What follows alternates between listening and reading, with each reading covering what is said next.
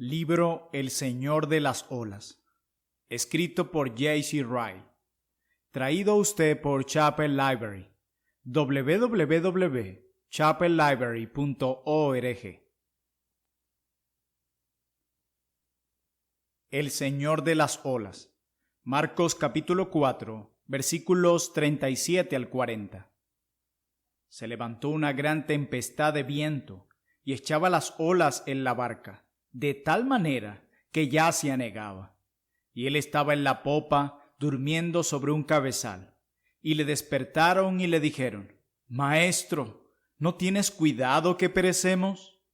Y levantándose reprendió al viento y dijo al mar: Calla, enmudece. Y cesó el viento y se hizo grande bonanza. Y les dijo: ¿Por qué estáis así amedrentados? ¿Cómo no tenéis fe?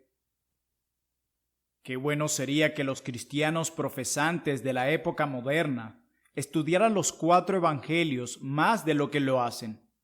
Sin duda que toda la Biblia es provechosa. No es sabio exaltar una parte de ella a expensas de las demás. Pero opino que sería bueno que algunos que están muy familiarizados con las epístolas supieran más acerca de Mateo, Marcos, Lucas y Juan. ¿Por qué digo esto? Quiero que los cristianos profesantes sepan más acerca de Jesús. Es bueno conocer todas las doctrinas y los principios del cristianismo, pero es mucho mejor todavía conocer a Cristo mismo. Es bueno estar familiarizado con la fe, la gracia, la justificación y la santificación. Estos son asuntos relacionados con el Rey, pero es mucho mejor estar familiarizados con Jesús mismo. Ver al Rey cara a cara y contemplar su hermosura. Este es el secreto de una santidad innegable. El que anhela conformarse a la imagen de Cristo y parecerse más a Cristo, tiene que estudiar constantemente a Cristo mismo. Los evangelios fueron escritos precisamente para que conociéramos a Cristo. El Espíritu Santo nos ha contado 4 veces la historia de su vida y su muerte, lo que dijo y lo que hizo. 4 manos diferentes e inspiradas nos han dibujado al Salvador.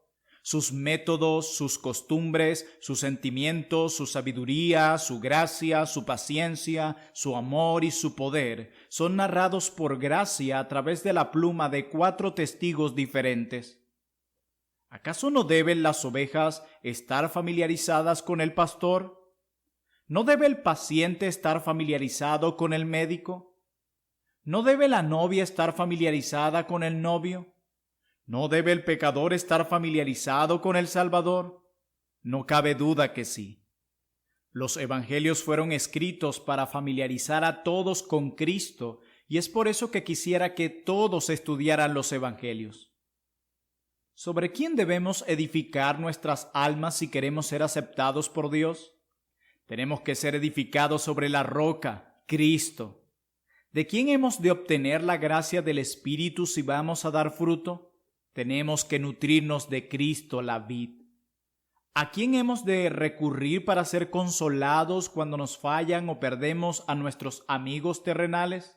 Tenemos que recurrir a Cristo, nuestro hermano mayor. ¿A quién debemos elevar nuestras oraciones para ser oídos en lo alto? Tienen que ser elevadas a Cristo, nuestro abogado. ¿Con quién esperamos pasar los 1000 años de gloria y luego la eternidad? Con Cristo, el Rey de Reyes. No cabe la menor duda que nunca nos sería posible conocer a este Cristo demasiado bien. No cabe duda que no hay una palabra, ni una obra, ni un día, ni un paso, ni un pensamiento en el registro de su vida que no nos debe ser preciado. Tenemos que esforzarnos por familiarizarnos con cada línea escrita acerca de Jesús. Acérquese y estudiemos una página en la historia de nuestro Maestro. Reflexionemos en lo que podemos aprender de los versículos de las Escrituras que encabezan este capítulo. Vemos allí a Jesús cruzando el mar de Galilea en una embarcación con sus discípulos. Vemos que mientras él duerme, de pronto se levanta una tormenta. Las olas embisten la barca y la llenan. La muerte parece inminente. Los asustados discípulos despiertan a su maestro y claman a él. Él se levanta, reprende al viento y a las olas e inmediatamente reina la calma. Luego procede a reprobar el temor de sus compañeros por falta de fe y después todo ha pasado. Esta es la escena. Está repleta de profunda instrucción. Pues bien, examinemos ahora lo que tiene la atención de que aprendamos. Capítulo 1. Seguir a Cristo no previene las aflicciones terrenales. Aprendamos, en primer lugar, que seguir a Cristo no previene nuestras aflicciones y angustias terrenales. Aquí están los discípulos escogidos por el Señor Jesús sintiéndose muy angustiados. El pastor dejó que se angustiara la manada pequeña que creyó en él cuando los sacerdotes, escribas y fariseos no lo hicieron. El miedo a la muerte irrumpe sobre ellos como un hombre armado. Parece muy posible que las aguas profundas aneguen sus almas. Pedro, Santiago y Juan, columnas de la iglesia, a punto de ser levantadas en el mundo, están muy afligidos. Quizá ellos no contaban con encontrarse en esta situación. Tal vez habían pensado que servir a Cristo los iba a proteger de las pruebas terrenales. Probablemente habían supuesto que aquel que podía resucitar a los muertos, sanar a los enfermos, dar de comer a una multitud con unos pocos panecillos y ahuyentar a los demonios con una palabra, no dejaría que sus siervos sufrieran en la tierra. Puede ser que supusieron que siempre les concedería un peregrinaje tranquilo, buen clima, una trayectoria fácil y libertad de las pruebas y preocupaciones. Si eso pensaban los discípulos, se equivocaron por mucho. El Señor Jesús les enseñó que alguien puede ser uno de sus siervos escogidos y no obstante pasar por muchas ansiedades y soportar muchos dolores. Es provechoso comprender esto con claridad. Es provechoso comprender que servir a Cristo nunca eximió a nadie de los males que la carne hereda, ni tampoco eximirá de ellos a nadie. Si usted es creyente, tiene que saber que mientras esté en el cuerpo tendrá su porción de enfermedades y dolores, de sufrimientos y lágrimas, de pérdidas y cruces, de muertes y pesares, de despedidas y separaciones, y de disgustos y desencantos. Cristo nunca se comprometió a que usted llegue al cielo sin esto. Se encargará de que todo aquel que venga a Él tendrá todas las cosas relacionadas con la vida y la santidad, pero nunca se responsabilizó de darle prosperidad ni riqueza, ni buena salud, ni de eximir a su familia de la muerte y la aflicción. Tengo el privilegio de ser uno de los embajadores de Cristo. En su nombre puedo ofrecer vida eterna a cualquier hombre, mujer o niño que esté dispuesto a aceptarla. En su nombre ofrezco perdón, paz, gracia y gloria a cualquier hijo o hija de Adán que lee estas líneas. Pero no me atrevería a ofrecer a nadie prosperidad en este mundo como parte del paquete del Evangelio. No me atrevería a prometer mayores ingresos ni libertad del dolor. No me atrevería a ofrecerle al que toma su cruz y sigue a Cristo que por seguirle nunca tendrá que pasar por una tormenta. Sé que a muchos no les gustan estas condiciones. Preferirían tener a Cristo y buena salud, a Cristo y mucho dinero, a Cristo y ningún fallecimiento en su familia, a Cristo y ningún problema agotador, a Cristo y una mañana perpetua sin nubarrones. Pero no les gusta tener a Cristo y la cruz, a Cristo y las tribulaciones, a Cristo y los conflictos, a Cristo y los vientos huracanados, a Cristo y las tempestades. ¿Es este el pensamiento secreto de alguno que lee este escrito? Créame que si lo es, está muy equivocado. Preste atención y procuraré mostrarle que tiene mucho que aprender.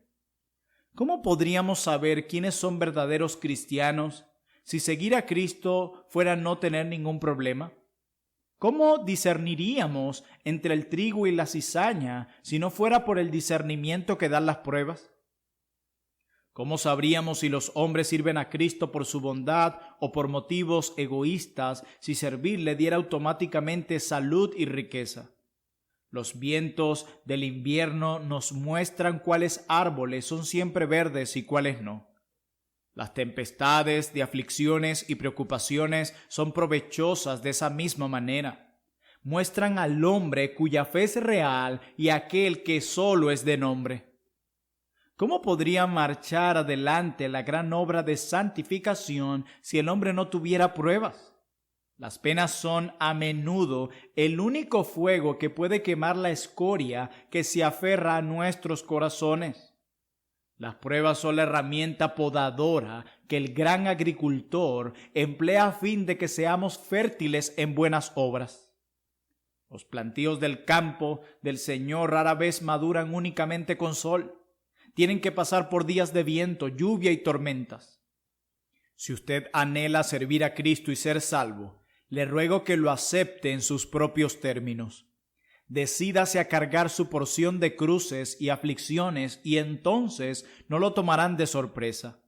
Por no comprender esto, muchos al parecer andan bien por un tiempo y luego se apartan disgustados y son echados fuera. Si usted profesa ser hijo de Dios, deje que el Señor Jesús lo santifique a su manera. Quédese tranquilo sabiendo que Él nunca comete errores. Tenga por seguro que Él hace bien todas las cosas. Puede que los ventarrones bramen a su alrededor y las aguas parezcan anegarle, pero no tema. Él lo guiará a usted como lo hizo con su pueblo. Así lo declara el Salmo 107, versículo 7. Los dirigió por camino derecho para que viniesen a ciudad habitable. Capítulo número 2. El Señor Jesús es realmente un ser humano. Aprendamos, en segundo lugar, que el Señor Jesús es real y verdaderamente hombre, un ser humano. Esta breve anécdota contiene palabras que, como en muchos otros pasajes de este Evangelio, presentan esta verdad de una manera impresionante. Nos dice que cuando el viento comenzaba a echar las olas en la barca, Jesús estaba en la popa durmiendo sobre un cabezal. Estaba cansado y cuando leemos el 4º capítulo de Marcos, entendemos el porqué de su fatiga. De seguro que si el sueño de un obrero es dulce, mucho más dulce debe haber sido el sueño de nuestro bendito Señor. Fijemos en nuestra mente la gran verdad de que Jesucristo era realmente hombre. Era igual al Padre en todas las cosas y Dios eterno, pero también era de carne y hueso, y fue hecho como nosotros en todas las cosas, con la excepción de que no pecó. Como nosotros nació de mujer, como nosotros creció y aumentó en estatura, como nosotros a menudo tenía hambre y sed, y se sentía débil y cansado, como nosotros comía y bebía, descansaba y dormía. Como nosotros se ponía triste, lloraba y expresaba todos los demás sentimientos. Todo esto se antoja increíble, pero así es. Aquel que hizo los cielos andaba como un pobre y cansado ser humano. El que gobernaba sobre principados y potestades en lugares celestiales tomó sobre sí un cuerpo frágil como el nuestro. Aquel que podía haber morado eternamente en la gloria que compartía con el Padre, bajó a la tierra y vivió como un hombre entre hombres pecadores. No hay duda de que este hecho en sí es un maravilloso milagro de condescendencia, gracia, compasión y amor. Encuentro gran consuelo al pensar que Jesús es perfectamente humano, tal como es perfectamente Dios. Aquel en quien las Escrituras me aconsejan confiar no es simplemente un sumo sacerdote, sino un sumo sacerdote revestido de emociones. No solo es un Salvador poderoso, también es un Salvador comprensivo. No solo es el único Hijo de Dios, poderoso para salvar, sino el Hijo del hombre capaz de sentir. ¿Quién no sabe que la comprensión es uno de los sentimientos más dulces para nosotros en este mundo pecaminoso? Encontrar una persona que se identifica con nuestros problemas y nos acompaña en nuestras ansiedades, alguien que puede llorar cuando lloramos y regocijarse cuando nos regocijamos, es una de las experiencias más radiantes en nuestro tenebroso peregrinaje aquí en la tierra. La comprensión es mejor que el dinero, pero mucho más escasa. Muchos pueden dar, pero no saben lo que es sentir. La comprensión tiene el gran poder de atraernos y abrir nuestros corazones. Un consejo frío a menudo nos hace callar, amilanarnos y retraernos en los días de angustia. Pero una comprensión auténtica, en un día así, apela a nuestros mejores sentimientos, si es que los tenemos, y nos influencian de una manera como ninguna otra cosa puede hacerlo. Deme al amigo que, aunque pobre de oro y plata, siempre tiene un corazón comprensivo. Nuestro Dios sabe muy bien todo esto. Conoce los secretos más íntimos del corazón del hombre. Él conoce las formas en que ese corazón se aborda con mayor facilidad y las emociones que conmueven ese corazón más fácilmente. Determinó sabiamente que el Salvador de los Evangelios sintiera emociones al igual que poder. Nos ha dado aquel que no solo tiene una mano fuerte para arrancarnos como brasas del fuego, sino también un corazón comprensivo en el cual los trabajados y cargados pueden encontrar descanso. Ve una enorme prueba de amor y sabiduría en la unión de las dos naturalezas en la persona de Cristo. Fue el amor maravilloso de nuestro Salvador lo que lo hizo condescender y pasar por la debilidad y la humillación por nuestro bien. Por nosotros que somos tan rebeldes e inicuos. Fue su sabiduría maravillosa la que le hizo adaptarse para ser el mejor amigo entre amigos. No solo era capaz de salvar al hombre, sino que podía encontrarse con él en su propia condición. Presénteme a alguien que pueda realizar todas las cosas necesarias para redimir mi alma. Jesús puede hacerlo porque es el Hijo eterno de Dios. Quiero contar con alguien que pueda comprender mis debilidades y que trate con ternura mi alma mientras estoy atado a un cuerpo de muerte. Jesús también puede hacer esto porque es el Hijo del Hombre y fue de carne y hueso como nosotros. Si mi Salvador hubiera sido únicamente Dios, es posible que hubiera confiado en Él, pero nunca me hubiera acercado a Él sin temor.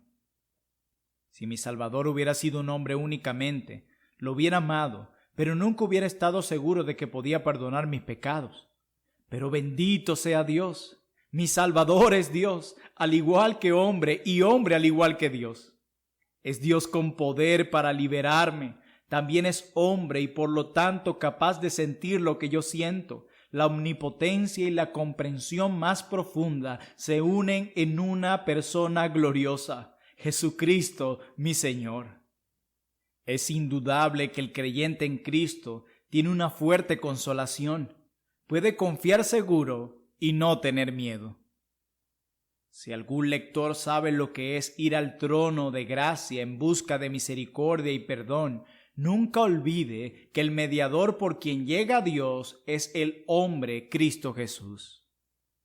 Los asuntos que conciernen a su alma están en las manos del sumo sacerdote, quien puede conmoverse ante sus debilidades.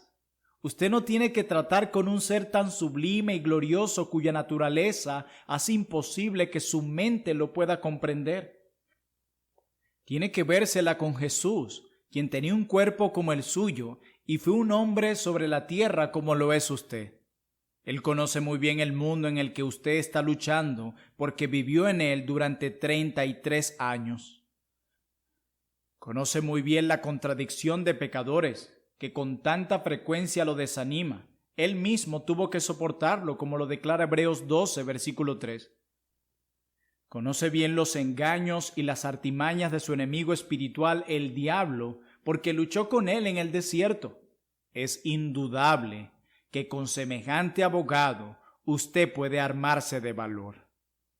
Si sabe lo que es apelar al Señor Jesús para que le dé consuelo espiritual en las pruebas terrenales, recuerde bien los días cuando Él estuvo en la carne, o sea, su naturaleza humana. Usted está apelando al que conoce sus sentimientos por experiencia y ha bebido profundamente de la copa amarga porque fue varón de dolores, experimentado en quebranto, como lo declara Isaías 53, versículo 3. Jesús conoce el corazón del hombre, sus dolores físicos y sus dificultades, porque Él mismo fue hombre de carne y hueso sobre la tierra. Se sentó cansado junto al pozo de Sicar. Lloró sobre el sepulcro de su amigo Lázaro en Betania. Sudó gotas de sangre en Getsemaní. Gimió de angustia en el Calvario. Así que conoce la naturaleza humana. No desconoce nuestras emociones. Conoce por experiencia todo lo que se relaciona con la naturaleza humana, exceptuando solamente el pecado. A. ¿Es usted pobre y necesitado? Jesús también lo era. Las zorras tienen sus cuevas y las aves sus nidos, pero el Hijo del Hombre no tuvo un lugar donde reclinar su cabeza. Procedía de una ciudad despreciable. Los hombres decían, ¿de Nazaret puede salir algo bueno? Era visto como el hijo de un carpintero. Predicaba desde una barca prestada. Hizo su entrada a Jerusalén montado en una asna prestada y fue sepultado en una tumba prestada. B. ¿Está usted solo en el mundo y es abandonado por aquellos que se supone deberían amarlo? A Jesús le pasaba lo mismo. A lo suyo vino y los suyos no le recibieron. Así lo declara Juan capítulo 1, versículo 11. Vino con el fin de ser un Mesías para las ovejas perdidas de la casa de Israel, pero lo rechazaron. Los príncipes de este mundo no lo aceptaban. Los pocos que lo seguían eran publicanos y pescadores, y aun estos últimos lo abandonaron al final y fueron esparcidos cada uno a su propio lugar. C. ¿Es usted incomprendido? Sus palabras son tergiversadas, lo calumnian y persiguen. A Jesús le pasaba lo mismo. Lo llamaron glotón y bebedor de vino, amigo de publicanos, samaritano, loco, y hasta se atrevieron a llamarlo demonio. Lo calumniaban, le hacían acusaciones falsas, le dictaron una sentencia injusta, y aunque era inocente, fue condenado como malhechor y como tal murió en la cruz. D. ¿Lo tienta usted Satanás y pone horribles sugerencias en su mente? Jesús fue tentado de la misma manera. Satanás lo incitó a que desconfiara de la providencia paternal de Dios. Di que estas piedras se conviertan en pan. Le propuso que tentara a Dios exponiéndose a un peligro innecesario. Échate abajo desde el pináculo del templo. Le sugirió que podía ser suyos los reinos del mundo por el pequeño acto de someterse a él. Todo esto te daré si postrado me adorares. Así lo declara Mateo capítulo 4, versículos 1 al 10. E. ¿Siente alguna vez gran agonía y algún conflicto en su mente? ¿Se siente en tinieblas como si Dios lo hubiera abandonado? Jesús se sintió de la misma manera. ¿Quién puede describir la medida real de sus sufrimientos mentales en Getsemaní? ¿Quién puede medir la profundidad del dolor de su alma cuando exclamó, Dios mío, ¿por qué me has desamparado? Es imposible concebir un Salvador más adecuado a las necesidades del corazón del hombre que nuestro Señor Jesucristo. Adecuado no solo por su poder, sino también por su compasión. Adecuado no solo por su divinidad, sino también por su humanidad. Esfuércese, le ruego que grabe bien en su mente que Cristo, el refugio de las almas, es hombre y Dios. Hónrelo como Rey de Reyes y Señor de Señores. Pero mientras lo hace, no olvide nunca que tuvo un cuerpo y fue un hombre. Aférrese a esta verdad y nunca la suelte. El unitario descontento se equivoca por mucho cuando dice que Cristo era hombre únicamente y no Dios. Pero no permita que ese error le haga olvidar que mientras Cristo era plenamente Dios, era también completamente hombre. No haga caso al argumento infundado del católico romano que afirma que la Virgen María y los santos son más comprensivos que Cristo. Contéstele que ese argumento surge de ignorar las Escrituras y la verdadera naturaleza de Cristo. Contéstele que no ha aprendido lo suficiente de Cristo como para considerarlo más que un juez austero y un ser al cual temer. Contéstele que los 4 evangelios le han enseñado a considerarlo como el amigo más cariñoso y comprensivo, al igual que el Salvador más poderoso y fuerte. Contéstele que usted no quiere ningún consuelo de los santos ni de los ángeles, ni de la Virgen María ni de Gabriel. porque usted puede reposar su alma cansada en el hombre Cristo Jesús. Capítulo 3. Aún el cristiano auténtico puede mostrar mucha debilidad. Aprendamos, en tercer lugar, que aún el cristiano auténtico puede mostrar mucha debilidad. Aquí se consigna una prueba impresionante de esto en la conducta de sus discípulos que despertaron a Jesús apurados. Le dijeron llenos de temor y ansiedad: «Señor, sálvanos que perecemos». Hubo impaciencia. Podían haber esperado hasta que su Señor considerara oportuno responder. Hubo incredulidad. Hablaron como si dudaran de que su Señor se interesara o le importara su seguridad y bienestar. Así lo declara Marcos capítulo 4, versículo 38. «¿No tienes cuidado que perecemos?», dijeron los discípulos. Pobres hombres sin fe. ¿Qué motivo tenían para temer?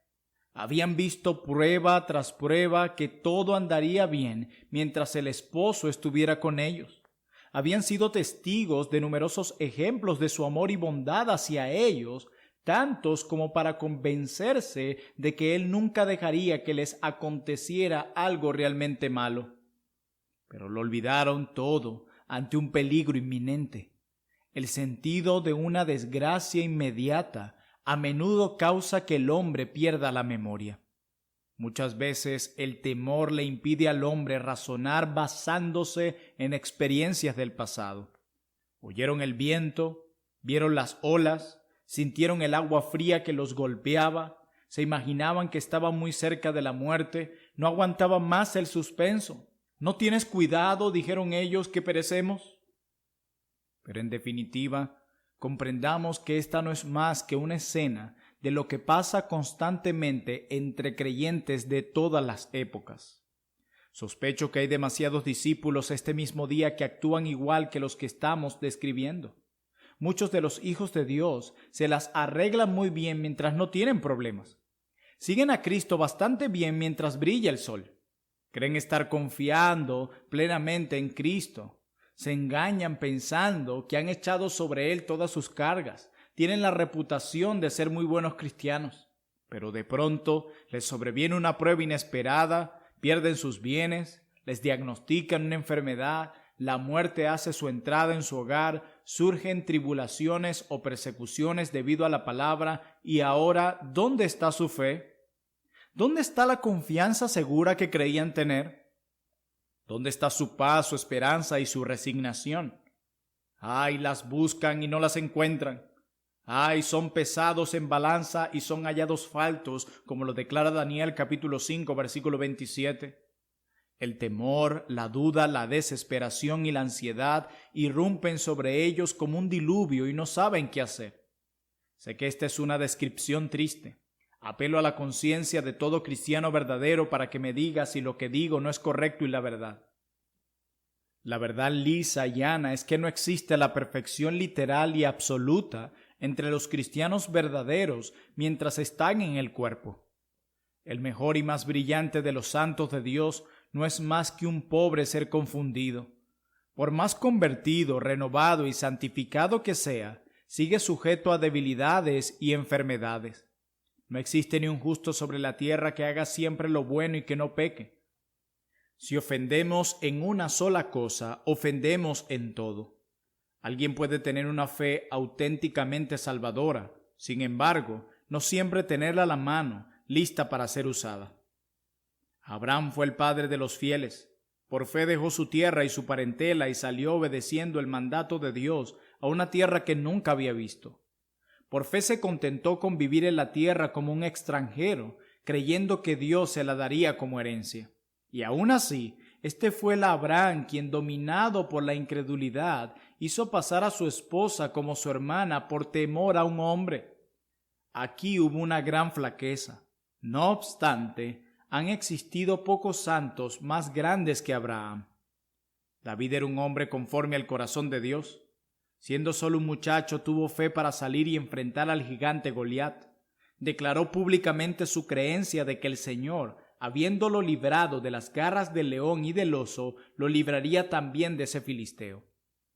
Tuvo fe para creer la promesa de Dios de que un día sería rey de Israel, aunque tenía pocos seguidores y a pesar de que Saúl lo persiguió como una codorniz en las montañas y a menudo parecía haber solo un paso entre él y la muerte, y aún así, a pesar de haber sido librado, este mismo David en cierta ocasión fue dominado por el temor y la incredulidad al punto de decir: al fin seré muerto algún día por la mano de Saúl, como lo declara primer libro de Samuel, capítulo 27, versículo 1.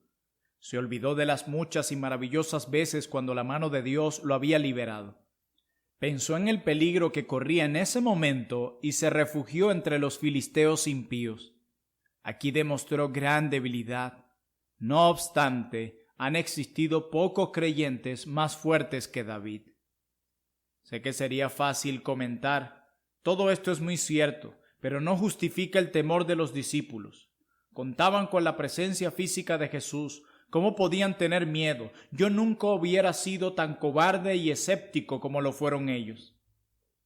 Le digo que el que piensa esto conoce muy poco su propio corazón. Le digo que nadie conoce la longitud y amplitud de sus propias debilidades si no ha sido tentado. Nadie puede saber cuánta debilidad afloraría en su ser si se encontrara en circunstancias que la provocaran. ¿Piensa alguno de mis lectores que cree en Cristo? ¿Siente usted tanto amor y confianza en Él que no puede pensar en la posibilidad de ser sacudido por algo que le pudiera suceder? ¡Qué bueno! Me alegra saberlo, pero ¿ha sido probada su fe? ¿Ha sido puesta a prueba esa confianza? Si no, tenga cuidado de no apurarse en juzgar a estos discípulos. No sea soberbio, en cambio tenga temor. No piense que porque su corazón está contento ahora, esto durará para siempre. No diga porque sus sentimientos son cálidos y fervientes hoy, mañana será como hoy y mucho más abundante. No diga que porque su corazón está seguro en este momento, teniendo un sentido sólido de la misericordia de Cristo, mientras tenga vida, no me olvidaré de Él. Oh, procure aplacar un poco esta estimación halagadora de sí mismo. Usted no se conoce del todo.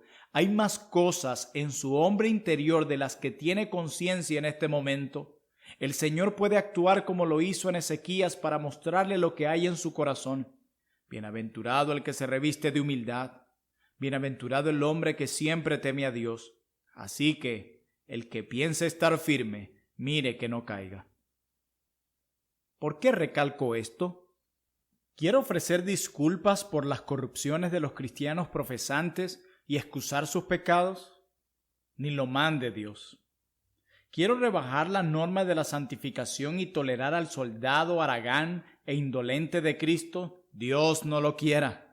¿Quiero borrar la línea que marca la diferencia entre el convertido y el inconverso y disimular sus contradicciones? Una vez más exclamo: Dios no lo quiera. Creo firmemente que existe una diferencia enorme entre el cristiano verdadero y el falso, entre los hijos de Dios y los hijos del mundo. Creo firmemente que esta diferencia no es solo de fe, sino también de estilo de vida, no solo de labios para afuera, sino también de práctica cotidiana. Creo firmemente que el comportamiento del creyente debe ser tan diferente al del inconverso como lo es lo amargo de lo dulce, la luz de la oscuridad y el calor del frío. Pero sí quiero que los nuevos cristianos comprendan lo que deben esperar encontrar en sí mismos. Quiero prevenirles para que no tropiecen ni se confundan cuando descubran sus propias debilidades. Quiero que comprendan que pueden tener auténtica fe y gracia y a pesar de que el diablo les susurre lo contrario y aunque sientan dudas y temores. Quiero que noten que Pedro, Santiago, Juan y sus hermanos eran verdaderos discípulos y no obstante, aunque eran muy espirituales, también se atemorizaban. No les digo que usen la falta de fe de los discípulos para justificarse ni excusarse ellos mismos. Pero sí les digo que esa falta de fe de los discípulos muestra claramente que mientras están en el cuerpo no deben esperar que su fe esté por encima del temor. Sobre todo, quiero que todos los cristianos comprendan lo que pueden esperar de otros cristianos. No debemos apresurarnos a concluir que alguien no tiene la gracia solo porque le vemos algún signo de corrupción. El sol tiene manchas y no obstante brilla en todo su esplendor y alumbra a todo el mundo. El oro de Australia viene mezclado con cuarzo y escoria y aún así, ¿quién piensa que por eso el oro no vale nada? Algunos de los diamantes más valiosos del mundo tienen sus defectos, pero no por eso dejan de tener un gran valor. Fuera con estos reparos morbidos por los que muchos excomulgarían a alguien por el hecho de tener faltas. Seamos más diligentes para ver la gracia y más lentos para ver las imperfecciones. Comprendamos que si no admitimos que hay gracia donde hay corrupción, no encontraremos gracia en el mundo. Todavía estamos en el cuerpo. El diablo no ha muerto. Aún no somos como ángeles. Aún no ha comenzado el cielo. Las paredes del leprosorio no se verán libres de la lepra por más que las limpiemos y raspemos. Nunca se quitarán los residuos de la lepra hasta que se tire abajo el edificio. Ciertamente nuestro cuerpo es templo del Espíritu Santo, pero no es un templo perfecto hasta que hayamos resucitado o cambiado. La gracia es, por cierto, un tesoro, pero un tesoro en vasija de barro. Es posible que el hombre renuncie a todo por el nombre de Cristo y sin embargo ser asaltado a veces por dudas y temores. Ruego a cada lector que recuerde esto. Es una lección que merece su atención. Los apóstoles creían en Cristo, amaban a Cristo y renunciaron a todo para seguir a Cristo. Y sin embargo, vemos que en esta tormenta los apóstoles tenían miedo. Aprendamos a ser comprensivos cuando juzgamos a otros. Aprendamos a ser moderados en las expectaciones de nuestro propio corazón. Contendamos defendiendo hasta la muerte la verdad de que nadie es un cristiano verdadero si no se ha convertido y es un hombre santo. Pero reconozcamos que el hombre puede ser convertido, tener un nuevo corazón, ser un hombre santo y aún así ser débil, tener dudas y temores. Capítulo número 4. El poder del Señor Jesucristo. Aprendamos en cuarto lugar acerca del poder del Señor Jesucristo. Tenemos un ejemplo impresionante de su poder en la historia que estamos enfocando. Las olas azotaban la barca en la que estaba Jesús. Los aterrados discípulos lo despertaron y clamaron a él, y levantándose reprendió al viento y dijo al mar: «Calla, enmudece», y cesó el viento y se hizo grande bonanza. Este fue un milagro maravilloso. Nadie que no fuera todopoderoso hubiera podido hacerlo. Hacer cesar el viento con solo 2 palabras. Hay un dicho común que describe algo que es imposible. Es como hablarle al viento. Pero Jesús reprende al viento y se calma al instante. Esto es poder. Calmar las olas con su voz. ¿Qué estudiante de la historia no sabe de aquel poderoso rey de Inglaterra que trató en vano de detener una creciente ola que subía al mar? Pero aquí tenemos al que le dice a las olas embravecidas en una tempestad: «Calla, enmudece», y se hizo la calma. Eso es poder. Es bueno que todos los hombres tengan una visión clara del poder del Señor Jesucristo. Sepa el pecador que el Salvador misericordioso al cual es invitado a acudir y a confiar en él es nada menos que el Todopoderoso que tiene potestad sobre toda carne para dar vida eterna a todos los que creen en él. Así lo declara Apocalipsis capítulo 1 versículo 8 y Juan capítulo 17 versículo 2. Comprende al simpatizante ansioso que si confía en Jesús y toma su cruz, está confiando en aquel que tiene todo poder en el cielo y en la tierra, como lo declara Mateo 28, versículo 18. Recuerde el creyente en su peregrinaje por el desierto que a través de su mediador, abogado, médico, pastor y redentor, el Señor de señores y Rey de reyes, todas las cosas son posibles, como lo declara Apocalipsis 17:14 y Filipenses capítulo 4, versículo 13.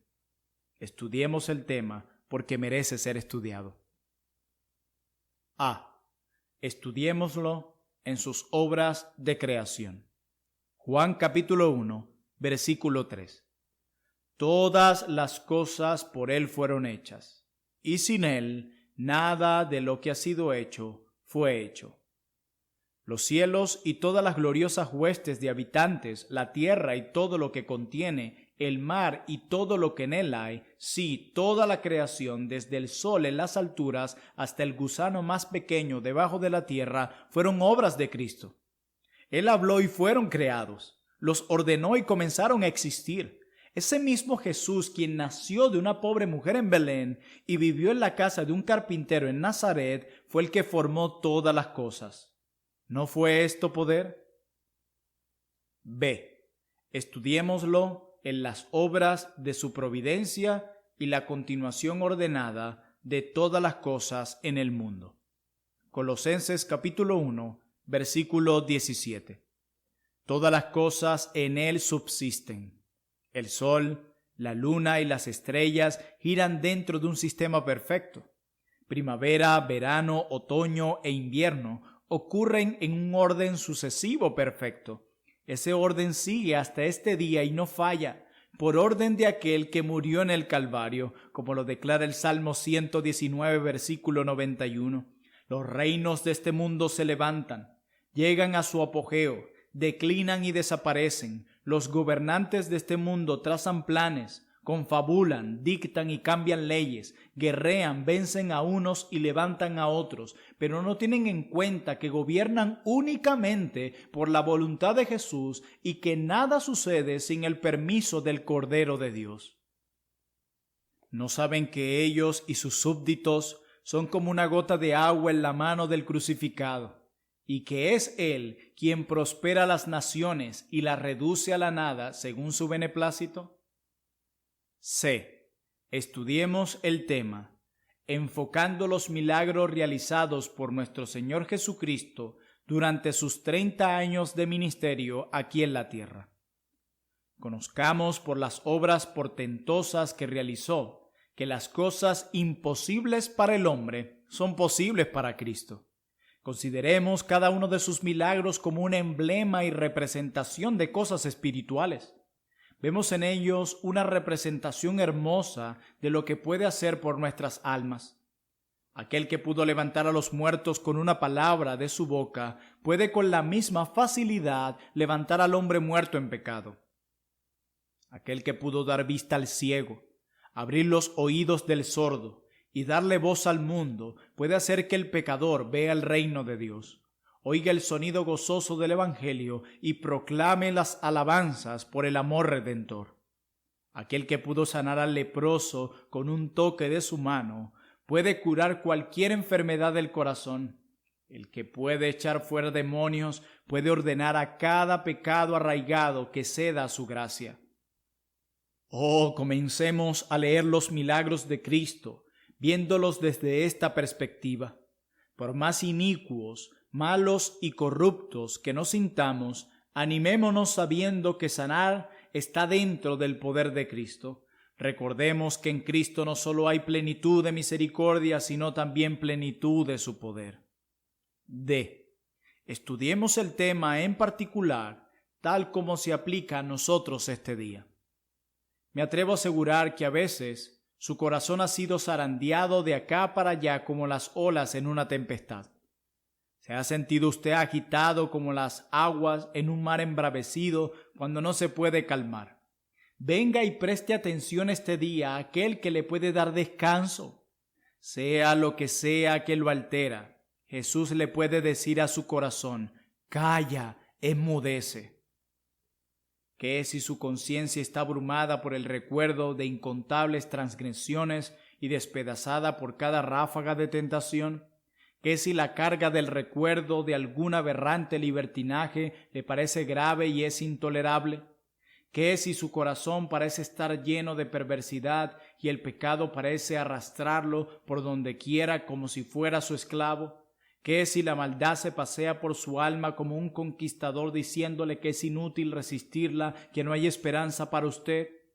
Le aseguro que está aquel que le puede dar perdón y paz. Mi Señor y Maestro Jesucristo puede reprender los ataques del diablo, calmar los sufrimientos de su alma y decirle: calla, enmudece. Él puede hacer desvanecer esa nube de culpa que ahora lo agobia. Puede ordenar a la desesperación que se retire. Puede espantar al temor. Puede quitar el espíritu de esclavitud y llenarlo con el espíritu de adopción.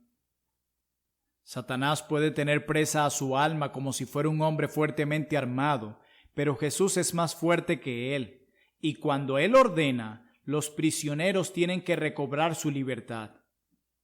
Oh, si algún lector atribulado quiere calma interior, acuda hoy mismo a Jesucristo y todo comenzará a ir bien. Pero, ¿qué si su corazón está bien con Dios, pero aún así está presionado con la carga de aflicciones terrenales? ¿Qué si el temor a la pobreza lo está zarandeando de un lado a otro y parece que lo va a vencer? ¿Qué si día tras día lo abruma algún dolor físico? ¿Qué si súbitamente se ve obligado a dejar de trabajar y debido a alguna enfermedad tiene que estar inactivo y no hacer nada? ¿Qué si la muerte ha visitado su hogar y se ha llevado a su Raquel, su José o Benjamín y se ha quedado solo, agobiado por el dolor? ¿Qué si le ha sucedido algo de esto? En Cristo sigue habiendo consolación. Él puede dar paz a los corazones lastimados con la misma facilidad con que calmó al mar embravecido. Puede reprender a las voluntades rebeldes con el mismo poder con que reprendió al viento huracanado. Puede calmar la tempestad de la aflicción y silenciar las pasiones tumultuosas, igual como lo hizo con la tormenta Galilea. Puede decirle a la peor ansiedad: calla, enmudece. La avalancha de preocupaciones y tribulaciones puede ser arrasadora, pero Jesús se posa victorioso sobre las aguas y es más poderoso que las olas del mar. Los vientos de los problemas pueden rugir a su alrededor, pero Jesús los tiene en sus manos y los puede acallar cuando Él quiera. Oh, si algún lector de este escrito tiene el corazón destrozado, está agobiado por los problemas o triste, acuda a Jesucristo, clame a Él y se calmará. Venid a mí todos los que estáis trabajados y cargados, y yo os haré descansar. Así lo declara Mateo capítulo 11, versículo 28. Invito a todos los que profesan ser cristianos que reflexionen seriamente en el poder de Cristo. Dude de lo que quiera, pero no dude del poder de Cristo. Aunque no ame usted secretamente al pecado, quizá tenga sus dudas. Aunque no se está aferrando en la intimidad al mundo, quizá tenga sus dudas. Aunque el orgullo de su naturaleza no se esté revelando a la idea de ser salvo por gracia como un pobre pecador, quizá tenga sus dudas. Pero no dude de una certidumbre, y esa es que Cristo puede también salvar perpetuamente a los que por Él se acercan a Dios, y le salvará si acude a Él. Así lo declara Hebreos capítulo 7, versículo 25. Capítulo 5. El Señor Jesús trata tiernamente al creyente débil. Aprendamos en último lugar con cuánta ternura y paciencia trata el Señor Jesús al creyente débil. Vemos esta verdad en las palabras que dirigió a sus discípulos cuando el viento se había calmado y todo estaba tranquilo.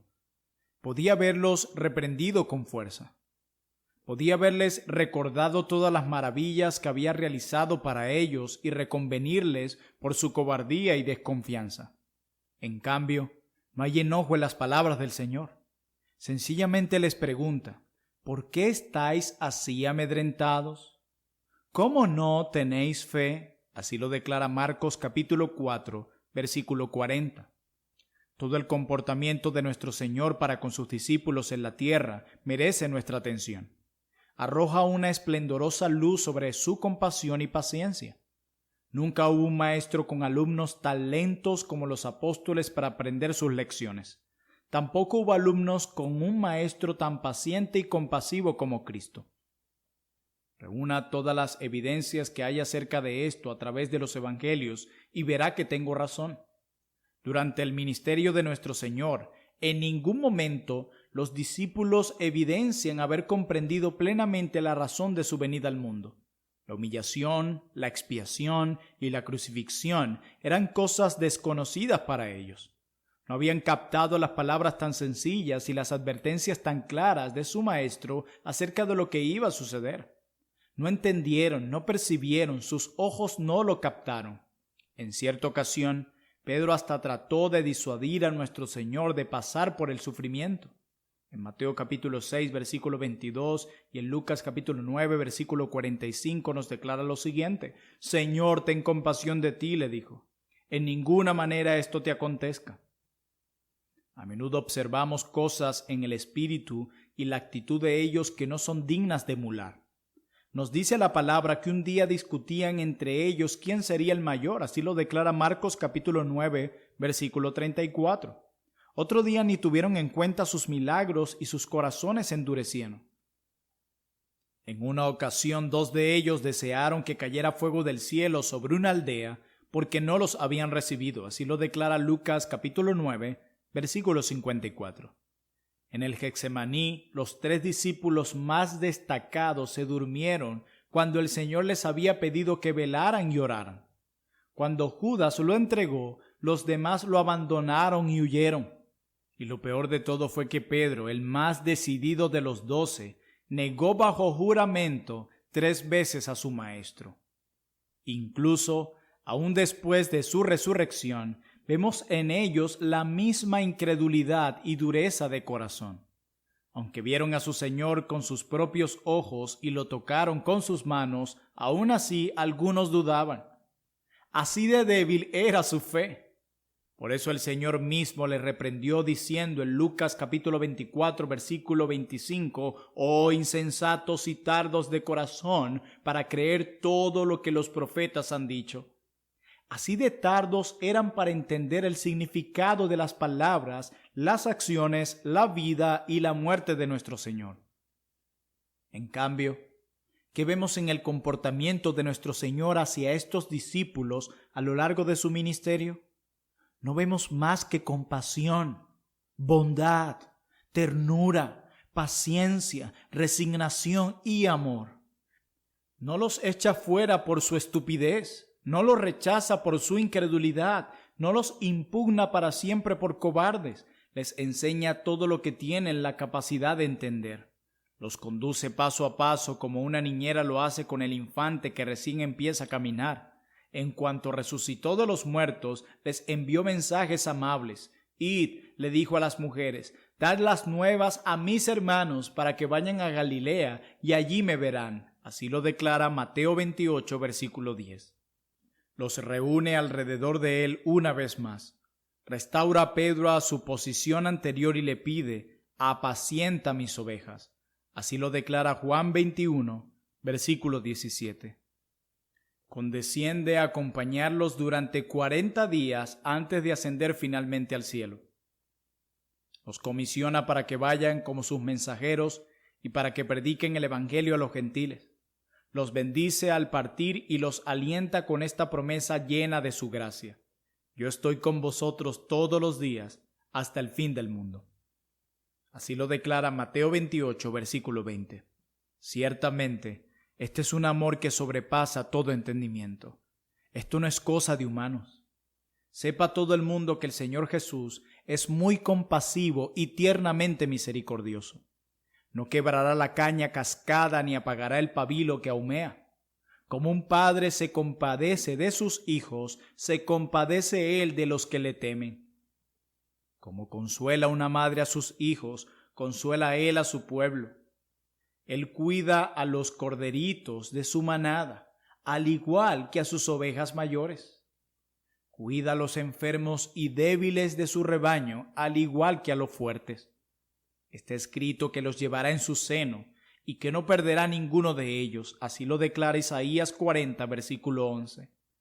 Cuida a los miembros más insignificantes de su cuerpo, al igual que a los más importantes.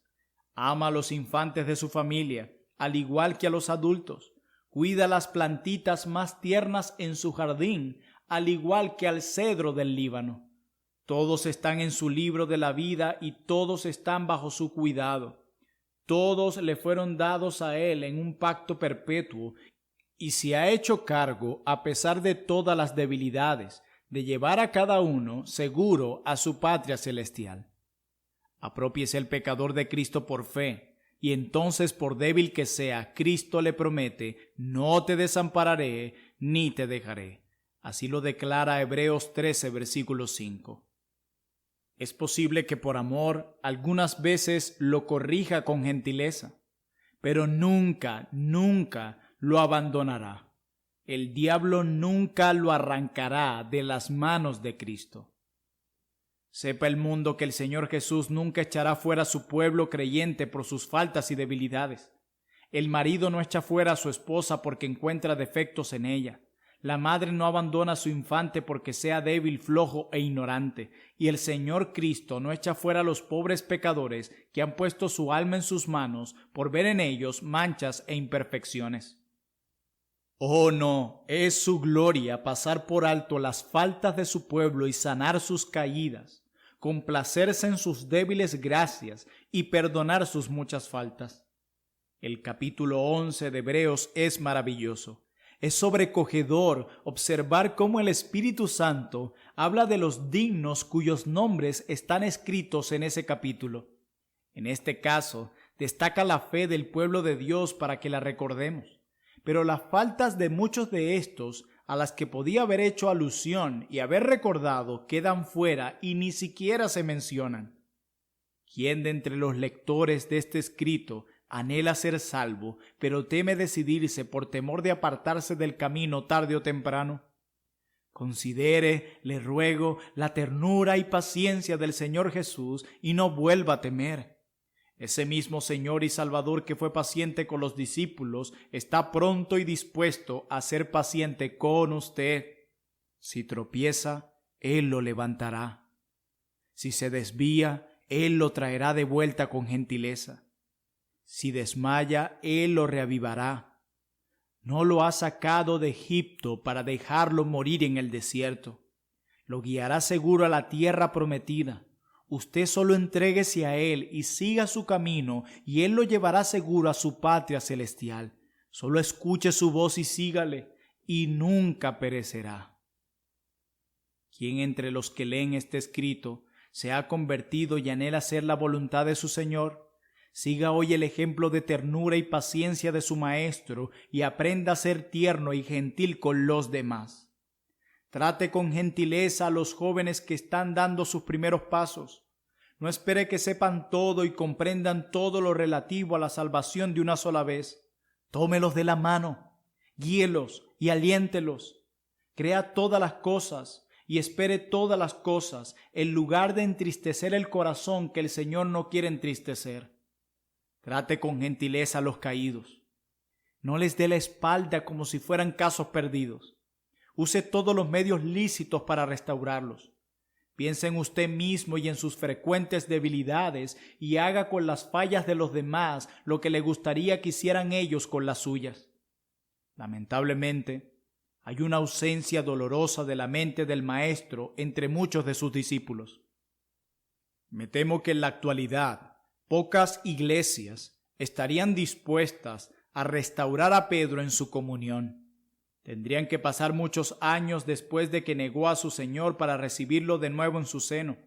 Son pocos los creyentes prestos a hacer la obra de Bernabé, de tomar al recién convertido de la mano y animarle en sus primeros pasos. Queremos un derramamiento del Espíritu sobre los creyentes, casi tanto como lo deseamos sobre el mundo. Aplicaciones prácticas. Ahora solo me falta pedirle a mis lectores que lleven a la práctica las lecciones que les he presentado. Recién han leído 5 cosas. Primero, que servir a Cristo no es garantía de que no tendrán problemas. Los santos más ilustres los tienen. Segundo, que Cristo es tan hombre como Dios. Tercero, que los creyentes pueden tener muchas debilidades y trastornos y aún así ser creyentes auténticos. Cuarto, que Cristo tiene todo poder. Y quinto, que Cristo es sumamente paciente y bondadoso para con su pueblo. Recuerde estas 5 lecciones y andará bien. Présteme atención un ratito más, mientras digo unas pocas palabras para grabar más profundamente en su corazón las verdades que ha estado escuchando. A. Es muy probable que este escrito lo estén leyendo algunos que no saben nada de Cristo mismo o que no conocen su obra por experiencia. Son demasiados los que no tienen interés alguno en los temas de los cuales he estado escribiendo. Su tesoro está aquí en la tierra. Todo su interés está en las cosas de este mundo. No les importa en absoluto los conflictos, luchas, problemas, dudas y temores del creyente. Les importa poco si Cristo hizo milagros o no. Para ellos, todo esto es cuestión de palabras, nombres y procedimientos que no les concierne. Están sin Dios en este mundo. Si acaso es usted uno de estos, solo puedo advertirle seriamente que su trayectoria actual no puede durar. No vivirá para siempre. Habrá un final. Las canas, la vejez, las enfermedades, la declinación y la muerte son partes de la vida que un día todos tendremos que enfrentar. ¿Qué hará usted cuando le llegue ese día? Recuerde mis palabras hoy. No tendrá consolación cuando enfrente la enfermedad y la muerte, a menos que Jesucristo sea su amigo. Descubrirá para su tristeza y confusión que no importa cuánto digan y se enaltezcan los hombres, no pueden arreglárselas sin Cristo cuando están en su lecho de muerte. Pueden mandar a buscar al ministro de Dios y pedirle que les lea oraciones y les den la Eucaristía, o buscar al sacerdote para que les lean oraciones y les den la extrema unción. Puede usted participar de cada rito y ceremonia religiosa, pero si insiste en seguir viviendo una vida mundana y despreocupada, despreciando a Cristo en la mañana de su vida, no se sorprenderá si Cristo no está con usted en sus últimos momentos. ¡Ay! Estas son palabras solemnes y con frecuencia tristemente ciertas. También yo me reiré en vuestra calamidad y me burlaré cuando os viniere lo que teméis. Así lo declara Proverbios capítulo 1, versículo 26. Venga pues hoy y reciba el consejo de alguien que ama su alma. Deje de hacer el mal, aprenda a hacer lo bueno, apártese de las cosas intranscendentes y tome el sendero del entendimiento. Eche fuera ese orgullo en su corazón y busque al Señor Jesús mientras pueda ser hallado. Eche fuera la indolencia que ha paralizado su alma y decídase a tomar en serio su Biblia, sus oraciones y sus domingos. Apártese de un mundo que nunca lo satisfará y busque ese tesoro único que es verdaderamente incorruptible. Oh, quiera el Señor que sus palabras conmuevan su corazón. ¿Hasta cuándo, oh simples, amaréis la simpleza, y los burladores desearán el burlar, y los insensatos aborrecerán la ciencia? Volveos a mi reprensión. He aquí yo derramaré mi espíritu sobre vosotros. Así lo declara Proverbios capítulo 1, 22 al 23. Creo que el peor pecado de Judas Iscariote fue que no buscó perdón y no se volvió a su Señor. Tenga cuidado de no cometer el mismo error. B. Este escrito quizá caiga en las manos de algunos que aman al Señor Jesús y creen en Él, pero quieren amarlo más. Si usted es uno de ellos, acepte esta exhortación y aplíquela a su corazón. Para empezar, tenga siempre presente, como verdad sempiterna, que el Señor Jesús es realmente una persona viva y trátelo como tal. Es lamentable ver que en la actualidad muchos que profesan ser creyentes no tienen una idea cabal de la personalidad de nuestro Señor. Hablan más de la salvación que del Salvador, de redención más que del Redentor, y más de la obra de Cristo que de la persona de Cristo. Esto es un gran error.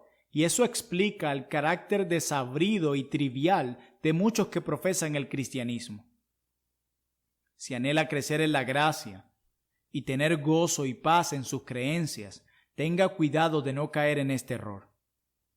Deje de considerar el Evangelio solo como una colección de doctrinas prohibicionistas. En cambio, considérelo como la revelación de un ser poderoso y viviente bajo cuya mirada amorosa usted vive todos los días.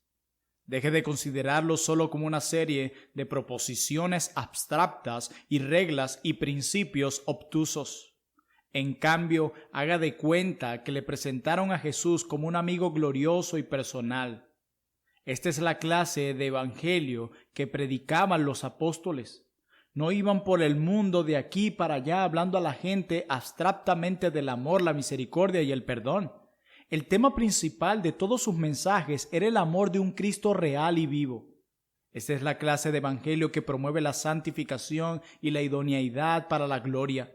No hay nada que nos prepare mejor para ese cielo que gozar de comunión con Cristo como una persona real y viviente aquí en la tierra. Si gozamos de esa comunión desde ahora, estaremos preparados para estar donde la presencia personal de Cristo lo será todo, y en esa gloria donde veremos a Cristo cara a cara. Hay una diferencia fundamental entre una idea y una persona. Además, procure recordar siempre, como una verdad permanente, que el Señor Jesús no cambia.